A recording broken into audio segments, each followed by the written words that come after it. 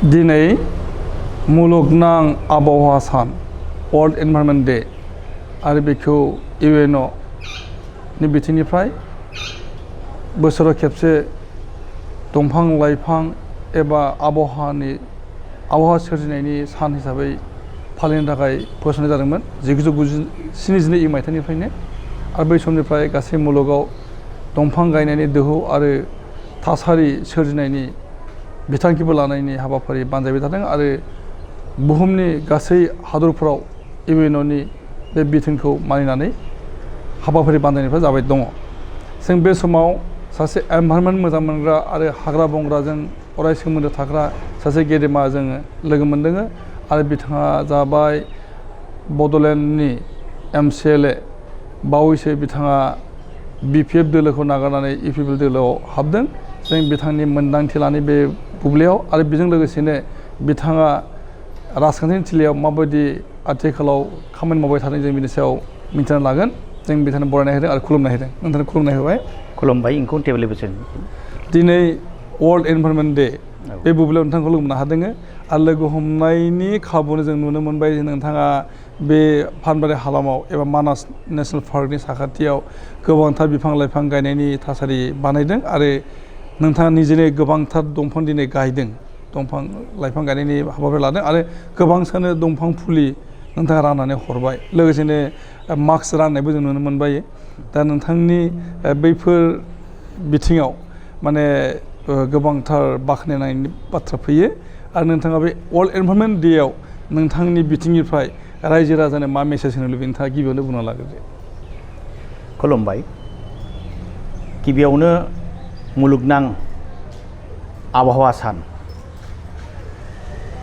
बे आबहावा सानाव बयनिसिमबो दिनै 5 जुननि गोजोन फुंबिलि हामलायथिखौ बावबाय। जेब्ला 1972 इउ.एन.अ'.आव सिगां एसेम्ब्लियाव मुलुगनां आबहावा सान फालिनांगौ बे बिलखौ पास खालामदोंमोन। बेनिफ्राय 1974आव सारा बुहुमावनो बे गोसारजोब्बाय। बेखौ आसिला लानानै आरोबाव जोंनि एरियायावबो जोङो परिबेकखौ मोजां खालामनांगौनि दायित्वआ जोंनावबो थाबाय। बेखौ लानानै आं दिनैहाय जोंनि मानास सेरफां ओनसोलनि गासिबो गोरों गोरा फरायसा हान्जाफोर माखासे इन्सटिटिउटफोरखौ लानानै जेरै पानबारि रेन्ज अफिस, पानबारि थाना, स्कुल, बाजार बेफोराव जोङो दिनै दंफां गायदों। बे दंफां गायनायाव साफ्रोमबो मानसिया बाहागो लादों, जोबोद बाख्नायथाव। बेजों लोगोसे मोनसे मेसेजआ गामि गामियावबो सौहैबाय। नैबे जिथु कभिड-19 कर'नानि दिन बेयाव आरोबाव बांसिनै जों दंफांखौ गायसिननांगौ, बारहावाखौ आबहावाखौ अक्सिजेनखौ साफायै लाखिनांगौनि दायित्वआ गामियारिनावबो गोलैबाय। बे हिसाबै जोंनि मानास सेरफां समस्तिनि जेसेबां गामिफोर दंमोन बिथांमोनाबो जोंजों बाहागो लाफादों आरो बिथांमोनाबो गायफानायजों लोगोसे गोबां फुलि बिथांमोना लांदों न' गायहैनो होननानै जों हरदों आरो गायनायजों लोगोसे जोङो बोरैहाय रक्षना बेक्षन होनांगौ बे फेन्सिंनि बेबस्था जों बेखौबो बानायनानै हरदों आरो बेजों लोगोसे जों मानास सेरफां समस्तियाव 1 लाख मास्क जों रानदों आरोखि दिनैनि दिनावहाय। दा नोंथाङा बेफोरनि गेजेरजों वर्ल्ड एनभायरनमेन्ट डेखौ फालिनो सिगांबाय आरो नोंथाङा फालिबाय। दा जोङो फैनि राजखान्थिनि जिल्लायाव नोंथांनि दासान्दिनि हाबाफारि जों दान्दिसे ब्रेक लागोन, बिनि उनाव जों फैफिनगोन। जों दान्दिसे ब्रेक लादों, ब्रेकनि उनाव फैगोन धनन्जय बसुमतारी। बिथाङा BPF दोलोनि सासे मैखोम दैदेनगिरि आरो MCLA, नाथाय बिथाङा बावैसो इउ.प. दोलोआव जयेन जादों आरो इउ.प. दोलोआव जयेन जानानै बिथाङा इउ.प. BJP आरो गण सुरक्षा पार्टीनि जुथाइ दोलो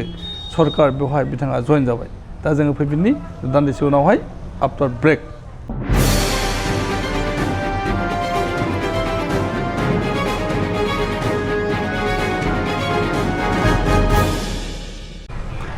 फैफिनदों। हाग्रा बंग्राजों सोमोन्दो गोनां आरो अराय मिथिंगाजों थाफानानै खामानि मावग्रा लोगोसेनो फानबारि ओनसोलनि एबा मानास हालामारिनि बिथाङा सासे अनजालु दैदेनगिरि बिथांनि गोसोआव फसंथानाय एबा थिसननायनि जिनि बिथांखि बेफोरो नांथाबनानै दङ बिथांनि नाजानायजों मोनसे ससाइटि दङ आरो बे ससाइटिया आथिखालाव गोबांसा बेखार सुबुंफोरखौ माने थिसननाय जादों आरो बे थिसनजानाय सुबुंफोरा गावबा गावनि जिउ खांनाय राहाबो जादों गोबांथार माने स्किम दङ आरो बे स्किमफोरा जाहैबाय आबादनि दा समाव जोङो सावरायगोन धनन्जय बसुमतारी बिथांजों जे फैबाय थानाय समाव बिथांनि राजखान्थिनि थांखि आरो हाबाफारिया मा जागोन नोंथाङा बावैसो बिपिएफ दोलोखौ नागारनानै इउ.प दोलोआव हाबबाय आरो बेनि आन्दोआव मा दङ आसलते आङो थांनानै थानाय समाव बा आंनि जिउ दैदेननाय समफ्राव आङो राजनिति खालामनांगोन बा पलिटिक्सआव ओंखारनांगोन बा सासे एमसिएलए जानांगोन बेखौ आंनि थांनानै थानायाव मोनसे एजेन्डा नङामोन आं ओरैबायदि समाजनि सिबिनो मोजां मोनो आरो ओरैबायदि बिजनेस खालामनानै आं मोजां मोनो बिजनेस खालामब्लाबो आंनि बिजनेस खालामनायनि आदबा बेलेगमोन आङो गोबां थाखा फैसा बुथुमनानै आं माहाजोन जानायनि सिमां गैयामोन खिन्थु आंनि जि बिजनेसनि लाबांख लाब मोननाय बेफोरजों समाजाव फसंथानफ्राव डनेसन होनो ओरै खामानि मावनो मोजां मोनोमोन बेबायदिनो गोबां आङो जेनेबा पानबारि कालि मन्दिर फरायसालिफोर हाग्रा ओनसोल बेफोरखौ बासायनायाव आं गोबां दान होबोनांदों आरो लोगोसे आं जेसेबां एग्रिकालचार साइडआवनो खामानि मावा माथो बेफोराव जेसेबां आं मोनदों बेजों आंहा खोथा गैया आंनियाव जे खामानि मावनानै 60-50 जन मानसिफ्रा बिसिनि न'खरा जे आरामसे सोलिनानै दं बिनि बिसि फिसा जानानै फोरोंनायनिसिम बिथांमोना आंनो मावनानै सोलिगासिनो दं बेजों आंहा बिराद गोजोननाय दंमोन थेवबो बेबायदि रायजोनि समाजनि खामानि मावनायावनो मोनसे समाव बिपिएफ राजनिति दोला मानास सेरफां समस्तियाव जेनदोंमोन जेनखांनायनि उनावहाय जे बोरैहाय बे मानास सेरफां समस्तिखौ बोखांफिननो हायो बा बिपिएफनि दखलाव लांफिननो हायो नैबे पलिसिखौ लानानै बिथांमोना जर जबस्तियै बिपिएफ हान्जानिफ्राय आंनो टिकेटखौ होदोंमोन आंहा लानो गोसो गैयामोन जर जबस्ति होनानै आं लादों दा हाग्रामा महिलारि सारनि दैदेननाय आरो बिपिएफ दोलोनि दैदेननायाव आं मानास सेरफां समस्तियाव बिजेपि आरो इउ.प दोलजों पुरा कन्टेस्ट खालामनानै आं दिनै देरहासारनो हाबाय आं दा बिटिसिनि सासे एमसिएलए नाथाय दुखुनांथाव बाथ्राया नैबे बिपिएफ हान्जाया बा हाग्रामा महिलारि सारनि दैदेननाय हान्जाया सरकाराव दानो हायासै फुल्लि मेजरिटि मोनासै बेनिखायनो सरकारखौ दानो हायासै सरकार दानो हायासै नालाय ओरैबायदि मोनसे जाबाय बिटिसि काउन्सिल इलेक्शननि उनावहाय आरोबाव आसाम एसेम्ब्लिनि इलेक्शन फैबावबाय बे आसाम एसेम्ब्लिनि इलेक्शननि जेब्ला 2 तारिखआव रिजाल्ट होयो मेनि 2 तारिखआव जेब्ला रिजाल्ट होयो बिपिएफनि बागा लिडार जेरैहाय रिहन दैमारि प्रमिला रानी ब्रह्म चन्दन ब्रह्म सार बेबायदि गिदिर लिडारानो जेनजोब्बाय बेयाव जेननायाव आं सानबाय मोनसे आंहाबो गिनाय फैबाय अबा बिपिएफनि माखासे खामानि मावनायफ्रा रायजोनि थाखाय माबा गोरोन्थि जाबाय नामा रायजोनि थाखाय मोजां जायासै नामा रायजोफ्रा मानो एक्सेप्ट खालामदिया मानो एसेबां बुरजा जेनखो बे सानबाय लोगो 3 तारिखआव हाग्रामा महिलारि सारा मोनसे मिटिं लिंबाय जोंखौ लानानै बे मिटिं लिंनायाव मोनसे सावरायबाय जे जोंहाथ' जिहेतु सरकार दानो हानाय क्षमता गैला जों बिना सर्तआव बिपिएफ राजनिति दोला बिना सर्तआव बिजेपि दोलखौ समर्थन खालामनानै थानोसै होननानै बुंनाया आंनाव ब्रेनाव नांदों। लोगो लोगो आं मोनसे खोथा सिन्था खालामबाय, जेब्ला आसामाव सेपारेट स्टेटनि नामाव जेब्ला जों आन्दलन खालामदोंमोन, बे आन्दलन खालामनायनि सिगांफोराव जों गोबां एमएलए दैथायहरदोंमोन, खिन्थु बे एमएलए दैथायहरदोंब्लाबो खुनु सरकारजों थानो जों होआखैमोन। निर्दलीय हिसाबै जोङो बिथांमोनखौ दैथायहरदोंमोन। दा निर्दलीय हिसाबै दैथायहरजानाय सिगांनि एमएलएफ्रा जोंनि बे बर' हालाम एरियायाव जेबो मावनानै खोन्थानो हायाखै। खारना जाहैबाय बिथांमोना बिर'धि दल बा निर्दलीय पार्टी, खुनु सरकारल'जों लोब्बा गैया। बेनिखायनो बिथांमोना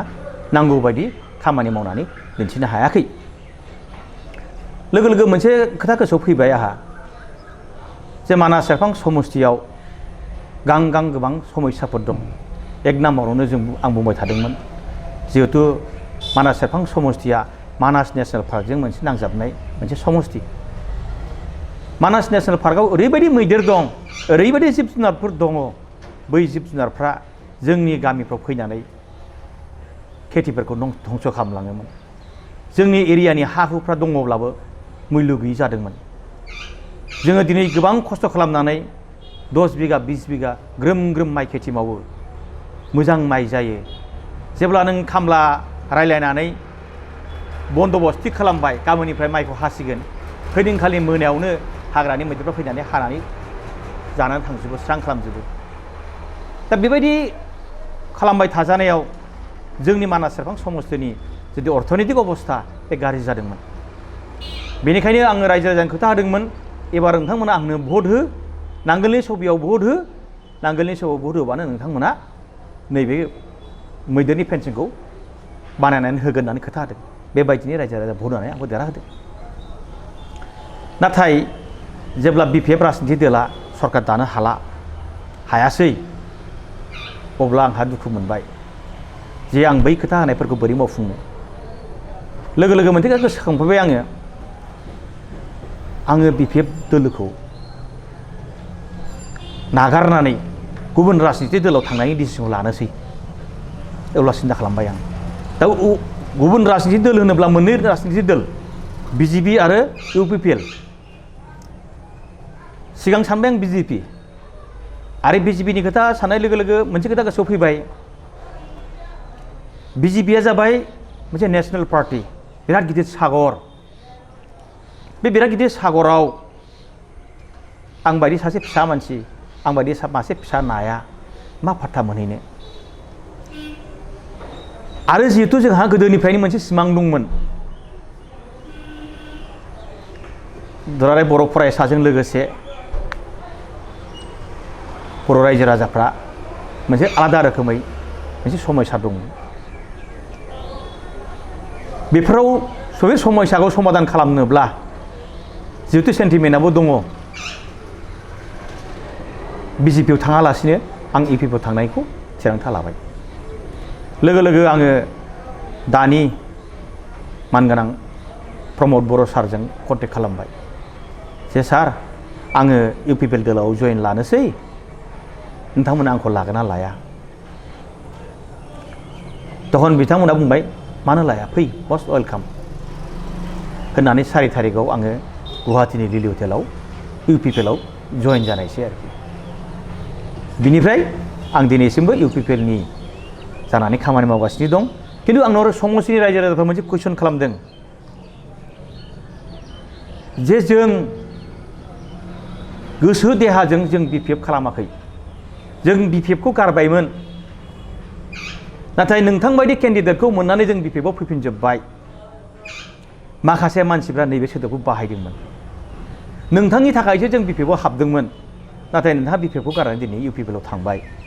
जोंखौ मा खालामनो नोंहालाय, लांफाना लांफाया जाबाय। तखन आं मोनसे खोथा बुंदोंमोन, सिन्था खालामना नोंथांमोना, आं दोलल'सो सोलायदों, रायजोखौ आं सोलायाखै। आं मानास सेरफां समस्तिनिनो रायजो राजानि आं खामानि मावगोन। नों इउ.प., नों बिपिएफ, नों बिजेपि, बे स्टाइलाव आं खामानि मावा। आं मानास सेरफांनि रायजो राजानि खामानि मावगोन। आं दोलल'सो चेन्ज खालामदों, मानसिखौ चेन्ज खालामाखै होननानै बिथांमोनखौ आं बुजायनानै दोनदों आरोखि। दा नोंथाङा इउ.पि.पि.एल दोलोनि सासे एम.सि.एल.ए जाहैबाय आरो बे हिसाबैहाय इउ.पि.पि.एल दोलोनि स्ट्रेंथआ बांसिननाय जादों आरो बेनि थाखाय माबा मोनसे स्पेसियेल अफार अफारजों खोथा गैया तबे आङो मोनसे खावलायदों जिहेतु आं दानि मानगोनां बिटिआरनि सिएमजों आं रायलायदों आसायाथ' बयहाबो थायो होयो होआ बिथांनि खोथा आं सासे मोननो लुबैनाय होननानै आं बिथांनाव दाबि दैखांदों दा बिथाङा गनायो गनाया मानियो मानिया दा बिथांनि खोथा आरोखि कमिटमेन्टआथ' बिथाङा इनडाइरेक्टलि होदों जागोन जोंहा माखासे रिसाफल खालामनो बाखि दङ माखासे खामानि मावनो बाखि दंबावो जों उनावहाय बेबस्था खालामगासिनो दं बे खोथाखौ होदों आरोखि होमबा माने मोननायनि आसाखौ दोनबाय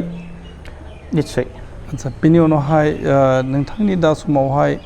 माने जेनाखि पलिटिकेलनि लामा बे जिहेतु दिंग्रायबाय बि.पि.एफनि नोंथाङा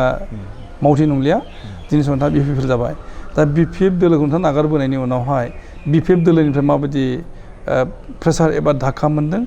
आरो ओरैहाय नोंथाङा जाय मानसिफोरजों जाय दैदेनगिरिफोरजों नोंथाङा चेलेन्ज खालामनानै बिसायख'थियाव ओंखारदोंमोन बिथांमोनजोंनो दिनै नोंथाङा गोदोनायाव आखाइ हमलायलायनानै आखाइजों आखाइ हमलायलायनानै खामानि मावनो गोनां जादों दा बेबायदि परिबेस नोंथांनाव सफैदों आरो बेबायदियावहाय नोंथाङा माबायदि माने सौग्रावनाय मोनदों दा आसलते हाग्रामा महिलारि सारनि जिथु मोन्थोर बे मोन्थोरखौ आं नागारद्रायाखै बायदि मोनदों आरोखि आंनि मथे खारन बिथाङा सिगां दिनफ्राव बुंबोबाय थादोंमोन ओनसोलखौ जौगाहोनांगौब्ला एरियाखौ जौगाखांहोनांगौब्ला जोङो जाय सरकार दागोन बे सरकारजोंनो थानाया गाहाम होननानै बिथाङा बुंबाय थादोंमोन बिनि उदाहरनाबो दङ बिथाङा जेब्ला बिटिसि दादोंमोन आसामाव कंग्रेस सरकार दंमोन दा कंग्रेस सरकारजों गोरोबनानै बिथाङा खामानिखौ मावदोंमोन कंग्रेस सरकारा आसामनिफ्राय बोखारजानानै जेननानै फैयै फैयै बिजेपि सरकार फैबाय बिजेपि सरकारावबो बिथाङा बिजेपि सरकारजों आखाइ मिलायनानै एलायन्स खालामनानै सरकारखौ दैदेनदोंमोन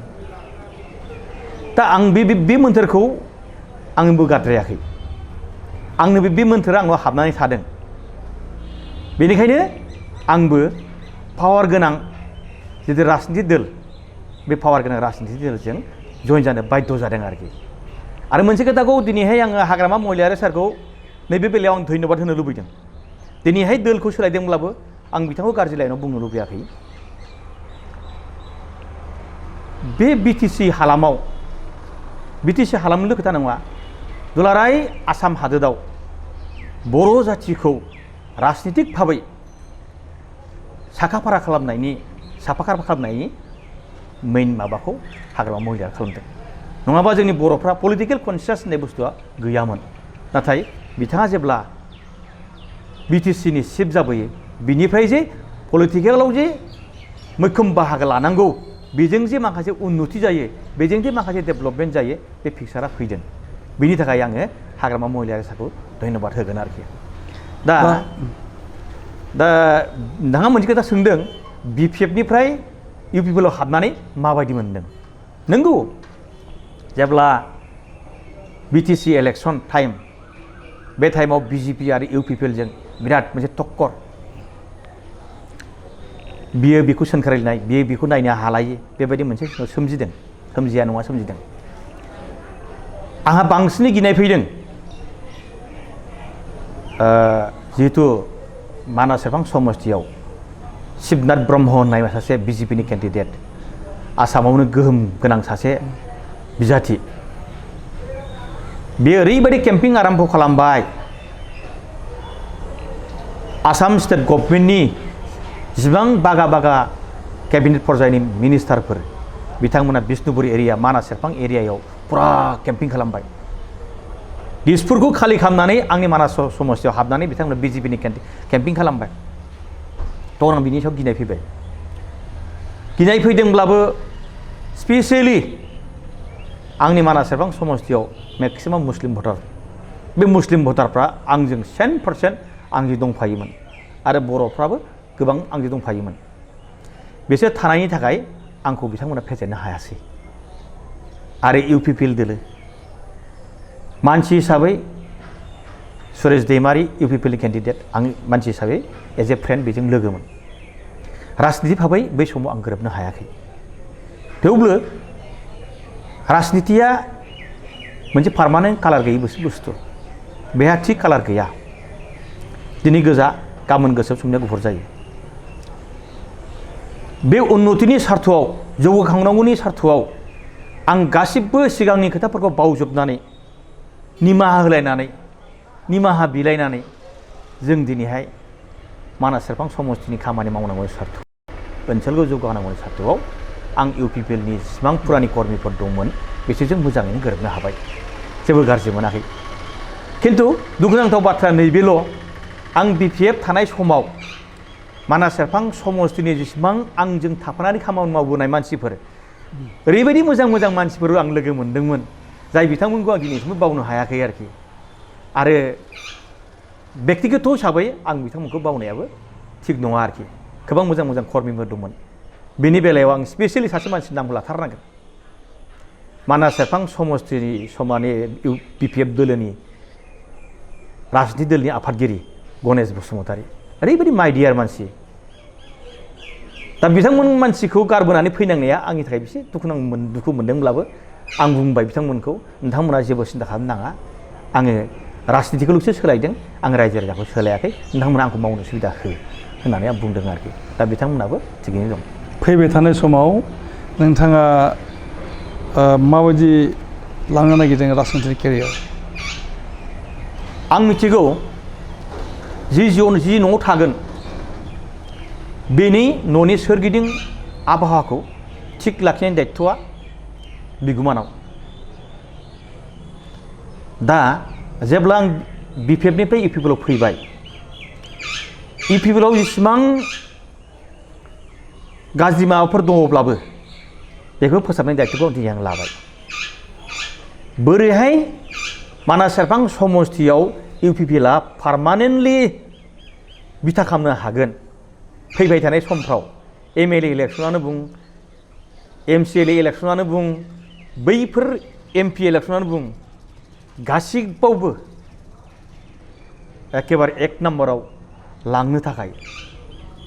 सेस्ता आंनाव थाबाय थागोन आरोखि दिनै नुबाय आङो बे वर्ल्ड एनभायरनमेन्ट डे बुब्लियावनो नोंथाङा माने इउ.पि.पि.एल आरो दुलाराय बर' फरायसा आफाद पानबारि आनसलिकनि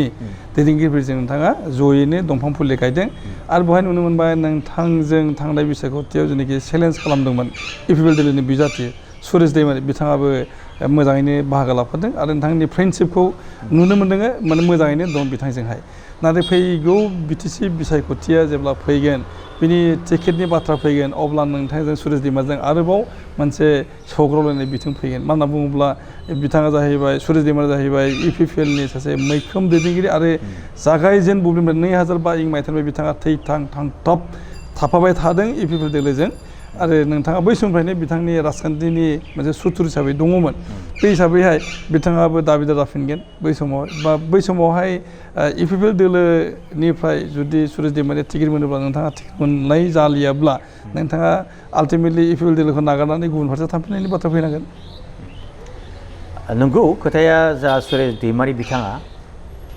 गोबां बोसोरनि सिगांनिफ्रायनो इउ.पि.पि.एल आरो डाबल पि आगोलाव मा भिसिडिआर बिथाङा राजनितिक भाबै मानास सेरफां समष्टिखौ फोथांनानै लाखिदों बेनि थाखाय बिथांनि धन्यबाद दा मोनसे खोथाया जाहैबाय फैबाय थानाय दिनफ्राव फैगौ काउन्सिल इलेक्सनाव बे सुरेश दैमारी बिथाङाबो दाबि खालामगोन आरो धनन्जय बसुमतारी आंबो दाबि खालामगोन बे खोथाखौ सोंदों नंगौ खोथाया नंद्रायै नङा दा मोनसे खोथाया जाहैबाय जिहेतु अथरिटि दं हाइकमान्ड दं इउ.पि.पि.एल दोलोआबो मोनसे हाइकमान्ड दं बिथाङाबो बिगोन बिथांनि बिदायनि अधिकार बिथांनावबो दं आंबो बिगोन आंहाबो बिनायनि अधिकार दं जों सानैल' नङा सोरबा सासेबो बिनो हागोन बेयाव जे हाखा खुन्दा नारलायनानै बुलायनानै रागा जोंलायनानै बिनांगौ बे जुक्ति नङा बेयाव जोंहा इउ.पि.पि.एल राजनिति दलनि आफादगिरि दं हाइकमान्ड दं बिथांमोना डिसाइड खालामगोन बिथांमोना डिसाइड खालामनानै जुदि सुरेश दैमारिनो हरोब्ला आंहा गाज्रि मोननांगौ खोथा गैया आरो सुरेश दैमारिनो हरालासिनो आंनो हरबाबो सुरेश दैमारिया गाज्रि मोननांगौनि खोथा गैया जिहेतु इउ.पि.पि.एल दोलोआ मोनसे मोन्थोर दं बे मोन्थोरजों गोरोबनानै जों खामानिखौ मावथारनांगोन नोंथाङा दहाय मोनसे खोथा बुंदों जे नोंथाङा हाग्रामा महिलारिनि आदर्शखौनो फल' खालामबाय थादों मानो होनना बुङोब्ला हाग्रामा महिलारिया बुंदोंमोन जे जाय रुलिङाव थायो बे रुलिंजोंनो थाफानांगोन बे खोथाखौ बुंदों होनदों आरो नोंथाङा बे खोथाखौनो नोजोराव दोननानै इउ.पि.पि.एल दोलोआव हाबदों होनदों मानोना दा समावहाय इउ.पि.पि.एल दोलोनि सरकार प्रमद बर' दैदेननाय सरकार जानानै दङ आरो बेखौ नोंथाङा माने खाथिसिनै माने थाफानानै खामानि मावनो नोंथाङा सिगांदों जुदि बिजेपिआ इउ.पि.पि.एलखौ नागारनानै बि.पि.एफ दोलोखौ लाफानानै सरकार दाबाय बि.टि.सि.आव अब्ला नोंथाङा रुलिङाव बारसोमनो गोनां जाफिनगोन दा नोंथाङा बिजेपिआव एबा बि.पि.एफआव थांफिननो गोनां जागोन बे थासारि फैनांगौ बे थासारिया फैनाय नङा मानो फैनाय नङा बुंदों जिहेतु माबायावनो नेसनेल लेभेलावनो 5 बोसोरनि थाखाय एलायन्सनि मोनसे एग्रिमेन्ट अलरेडि जाखाबाय आरो जा स्टेट लेभेलावबो आसामावबो आसाम एसेम्बलि आरो बि.टि.सि. काउन्सिल बे मोननै माबाखौ सालायनो थाखाय अलरेडि फाइनाल एग्रिमेन्ट 5 बोसोरनि थाखाय जाखाबाय गतिके 5 बोसोराव प्रमद बर' सारखौसो बोखारनानै गुबुन सासे चिफ लाबोनो हागोन CM लाबोनो हागोन बे मालाबाबो सम्भब जानाय नङा आरो जानायबो नंला जिहेतु दिनैनि दिनावहाय बि.पि.एफनि माखासे MCLAफ्रा बिजेपिआव हाबहैनानै बिजेपिखौ सिंगल मेजरिटि बानायनायनि थाखाय जितु प्लेनिं बानायगासिनो दङ बेबो मोगथाङाव महर मोननाय नंला जिहेतु बियो बिजेपि आरो इउ.पि.पि.एल दोलोजों फाइनाल मोनसे एग्रिमेन्ट जाखाबाय गतिके बेयाव 5 बोसोराव खुनु पद्यै इउ.पि.पि.एल सरकारखौ सिफायनो हानाय क्षमता गैला दा जों जोबथारनाय फारसे फैनि जे नोंथाङा बुंदों EM नोंथाङा लुबैदों अफार हिसाबै आरो बिनि थाखाय कमिटमेन्ट होदों प्रमद बर' बिथाङा बड'लेण्डनि चिफ प्रमद बर' बिथाङा आरो बे कमिटमेन्टखौ नोंथाङा मिजिं लाबाय थादों दासिम माब्ला मोननो हायो EMखौ नाथाय नुनो मोनदों जे प्रमद बर' दैदेननाय जेनाखि बि.टि.सि. सरकार एबा बिटिआर सरकार बहाय जेखिनि नांगौ माने EMफोर बियो अलरेडि फिलआप अबयसे बहाय सासे दैदेनगिरिया एबा MCLAया MLA जानानै देरहालांबाय आसाम एसेम्ब्लियाव आरो बियो बि.टि.सि.नि डेपुटि चिफमोन दा बे हिसाबै बिथाङा जुदि एसेम्ब्लियाव थाङोब्ला बिथांनि सिटआ खालि जानो हागौ आरो अब्ला नोंथांनि EM मोननायनि आसाया दङ नाथाय नुनो मोनदों जे सानै मैखोम दैदेनगिरि मैखोम MCLA बि सावरायग्रा आरो नोंथां जइन जादों इउ.पि.पि.एलआव दा नोंथांमोन सानैनिबो जुदि कमिटमेन्ट होनानै दोनदोंब्ला नोंथाङा मोनसिननायनि आसा दङ ना सावरायग्राया मोनसिननाय आसा दं बे जाबाय जोंनि रायजो राजानि गेजेराव गुलुं गुजुं मोनसे साननाय आरो उसुखुथु जे धनन्जय मोनगोन ना सावरायग्रा मोनगोन नैबे जाहैबाय उसुखुथु नोंथाङा बांसिन आसा खालामदों नोंथां मोननांगौ ना खोथाया ओरैहाय सावरायग्रा सायखं बिथाङा सासे सिगनेटारिस्ट बिथांखौ सनमान होनाय दायथ'आ जोंहाबो दं आंहाबो दं आं बुङाखै दिनैहाय सावरायग्रानो EM होनो हाया आंनो हो आं बे खोथाखौ मालाबा बुंनाय नङा आंखौ नागारनानै बिथांनो होनायावबो आंहा गाज्रि मोननांगौ खोथा गैया दा मोनसे खोथाया जाहैबाय आगुनि जिथु दा डिपुटि चिफ गबिन्द बसुमतारी बिथाङा दिनैहाय आसामनि MLA जाहैबाय बिथाङा सासे मन्त्रि मोननायनि लामायाव दा मन्त्रि मोनोब्ला बिथांनि डिपुटि चिफ जायगाया खालि जानानै थागोन दा डिपुटि चिफखौ सोरनो होयो बे जोंहा आफादाव रायलायनाय जागोन बे हिसाबै आं बुङाखै जे दिनैहाय डिपुटि चिफखौनो आंनो होनांगौ आं बुङाखै आं लुबैयाखै तबे मोनसे खोथा बुंदों बे डिपुटि चिफनि जायगायाल' खालि गैया आरोबाव जोंहा जितु एसेम्ब्लियाव मोनसे पास खालामनानै मोननै डिपार्टमेन्ट बारायदेरनायनि खोथा सानै EM बारायदेरनायनि खोथा बे सानैजों मोननैजों बै मोनसेजों मोनथाम खालि जानानै दं बे मोनथामाव निस्सय आंनो मोनसे होगोन बेखौ आं मिजिं थादों आरोखि डिपार्टमेन्टआ जिखियानो होदोला मोनथामाव मोनसे आंनो होगोन होननानै आं मिजिं थादों आरोखि गोबां सरसा जाबाय थादों जे गबिन्द बसुमतारी एमएलए देरहाखांनायनि उनावबो दासिमबो एमसिएलएनिफ्राय रिजाइन होआखै आरो डेपुटिसिनिफ्रायबो रिजाइन होनाय जाथ'वाखै दा बे हिसाबै गबिन्द बसुमतारीया नेबाय थादों जे आसामनि मन्त्रि मोननायखौ आसामनि मन्त्रि बिबान मोनाब्ला बिथाङा एमएलएखौनो रिजाइनेसन होनानै बिटिसिआव फैफिनगोन नामा बेबायदि मोनसे गोबां साननि गेजेराव उसुखुथु साननाय आरो बेयो जुदि जायोब्ला माने नोंथांमोननि जिनाखि कमिटमेन्ट नोंथांमोननो होनाय कमिटमेन्ट बेयो जाफुंनाय नङा ना जों ओरैनो इउ.प दोलनिफ्राय मानगोनां गबिन्द बसुमतारीखौ केबिनेट पर्यायनि मिनिस्टार होनांगौ होननानै अलरेडि दाबि दैखांगासिनो दङ दानि सिएम हेमन्त बिश्व शर्मानिसिम दाबि दैखांगासिनो दं बिथांमोनाबो खोथा होद्रायै नङा खोथा होदों बे हिसाबै बिथाङा जे सासे मिनिस्टार जानो हागोन बे रोखा जानानै दङ बेखायनो बे डेपुटिसिपआ खालिया जागोन दा समावहाय नोंथाङा इएम मोनोब्ला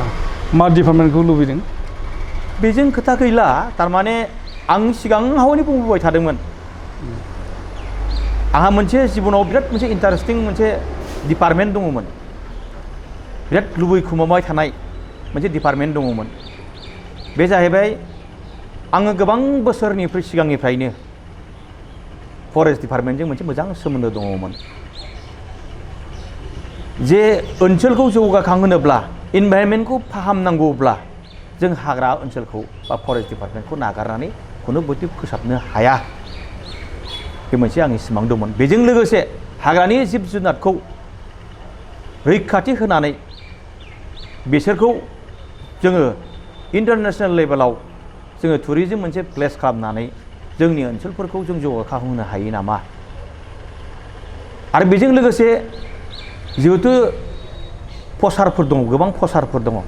गोबां दंफां दानग्राफोर दङ सिखारिफोर दङ बे सिखारिफोरखौ आङो फरेस्ट डिपार्टमेन्टखौ गोबां बुंबोबाय थादोंमोन उमुक एरियायाव ओरै जागासिनो उमुक एरियायाव ओरै जागासिनो नोंथांमोना बे खामानिखौ मावनांगौ होननानै दिनैहाय बेबायदि मावनानै दिनै संरैखा खालामनो हादों आरोखि बेजोंल' नङा एन्टायार बिटिसिआव दिनैहाय फरेस्ट डिपार्टमेन्टनि अबस्थाया हालोदा खोब गाज्रिथार मानोना इंक्रचमेन्ट जागासिनो दं हादान सिफायगासिनो दङ बे हादान सिफायनायखौ जुदि बन्द खालामनो हायाब्ला भबिष्यत जों अन्धकार जागोन बेखौ नोजोर बोनानै आं बे खामानिखौ मावथारनो हागोन मोनसे बिसास खालामनानै आं फरेस्ट डिपार्टमेन्टखौ गोदोनिफ्रायनो लुबैबाय थादोंमोन आरो बिनायबो दङ दिनैनि दिनाव जुदि फरेस्टनि इएमखौ होयोब्लाबो आंहा गाज्रि मोननांगौनि खोथा गैया आरो होथारनांगोन होननानैबो आं बियाखै थारमाने लुबैनाय बेनो जाहैबाय इएम मोनोब्ला फरेस्ट डिपार्टमेन्ट जुदि होयोब्ला नोंथाङा गोजोननाय मोनगोन निश्चय मोनगोन आच्चा जों गोबां मिजिं खालामबाय नोंथाङा बावैसोनो इएम जागोन बिटिसिनि आरो बिटिसि इएम जानायनि गेजेरजों नोंथाङा बे हालामाव थानाय हाग्रा ओनसोलनि साखाथियाव थानाय रायजो राजाफोराबो मोनसे जौगाखांआरि बिथिङाव आगान होनो हागोन आरो मिजिं खालामदों आरो जों गोबां सावरायनांगौ दंमोनब्लाबो जों दिनै बेखिनियाव फोजोबनो नागिरदों दिनै सावरायनायखौ गोजोनदों खुलुमबाय